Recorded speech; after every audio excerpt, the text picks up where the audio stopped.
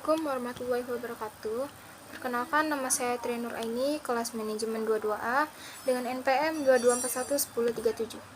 Di video ini saya akan menjelaskan tentang badan usaha dalam kegiatan hukum dan para pembantunya. Yang pertama, kita membahas tentang pembahasan. Dalam kegiatan perekonomian Indonesia, badan usaha berbentuk badan hukum.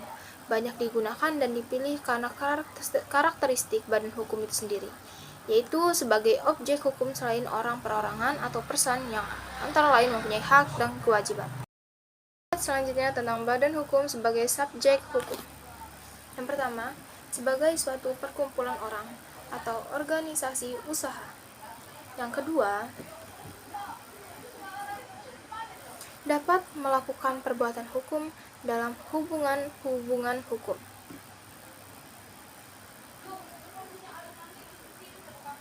Yang ketiga yaitu mempunyai harta kekayaan tersendiri.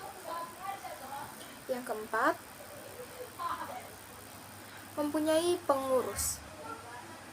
Yang kelima, mempunyai hak dan kewajiban.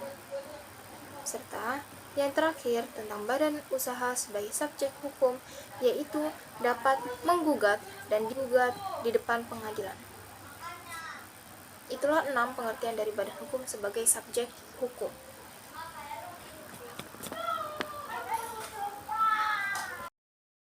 Termasuk badan hukum yang usaha yang berbadan hukum adalah yang pertama perseroan terbatas, yang kedua perusahaan negara, yang ketiga perusahaan daerah, yang keempat koperasi, yang kelima persero. Pertama kita membahas tentang perseroan terbatas. Perseroan terbatas yakni suatu bentuk usaha yang berbadan hukum yang pada awalnya dikenal dengan nama Nemlos Vennoot Camp. Istilah terbatas di dalam perseroan terbatas tertuju pada tanggung jawab pemegang saham yang hanya terbatas pada nilai nominal dari suatu saham yang dimilikinya.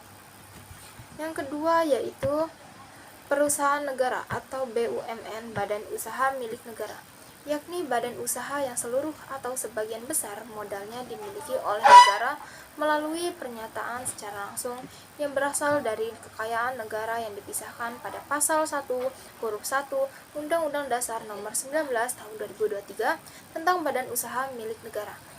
Badan usaha milik negara ini ada memiliki 2 jenis. Jika sebelumnya menurut peraturan perundang-undangan yang lama, Undang-Undang Nomor 19 Tahun 1960 tentang perusahaan negara dan Undang-Undang Nomor 9 Tahun 1969 tentang penetapan Perpu Nomor 1 Tahun 1969 tentang bentuk usaha negara BUMN, terdiri dari perusahaan jawarat, perusahaan umum, dan perusahaan perseroan. Lalu yang ketiga ada perusahaan daerah. Perusahaan daerah adalah perusahaan yang didirikan oleh pemerintah daerah yang modalnya sebagian besar atau seluruhnya milik pemerintah daerah. Tujuan pendirian perusahaan daerah untuk mengembangkan dan pembangunan potensi ekonomi di daerah yang bersangkutan. Yang keempat ada koperasi.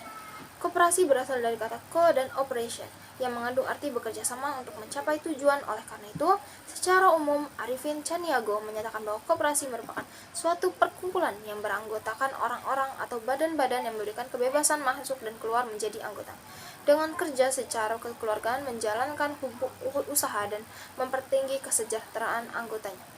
Koperasi diatur di dalam Undang-Undang Nomor 25 Tahun 1992 tentang perkoperasian sebagai pengganti Undang-Undang Nomor 12 Tahun 1967.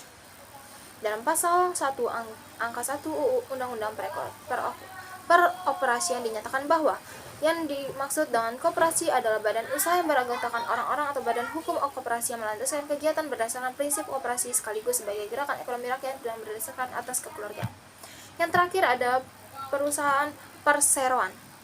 Maksud dan tujuan pendirian perusahaan menurut pasal 12 Undang-Undang Nomor 19 Tahun 2003 yakni menyediakan barang atau jasa yang bermutu tinggi dan berdaya saing kuat. Yang kedua, yaitu untuk mengejar keuntungan guna meningkatkan nilai perusahaan. Baik, cukup sekian yang dapat saya sampaikan terkait dengan badan usaha dalam kegiatan hukum dan para pembantunya. Kurang lebihnya saya mohon maaf bila ada kekurangan. Saya akhiri. Wassalamualaikum warahmatullahi wabarakatuh.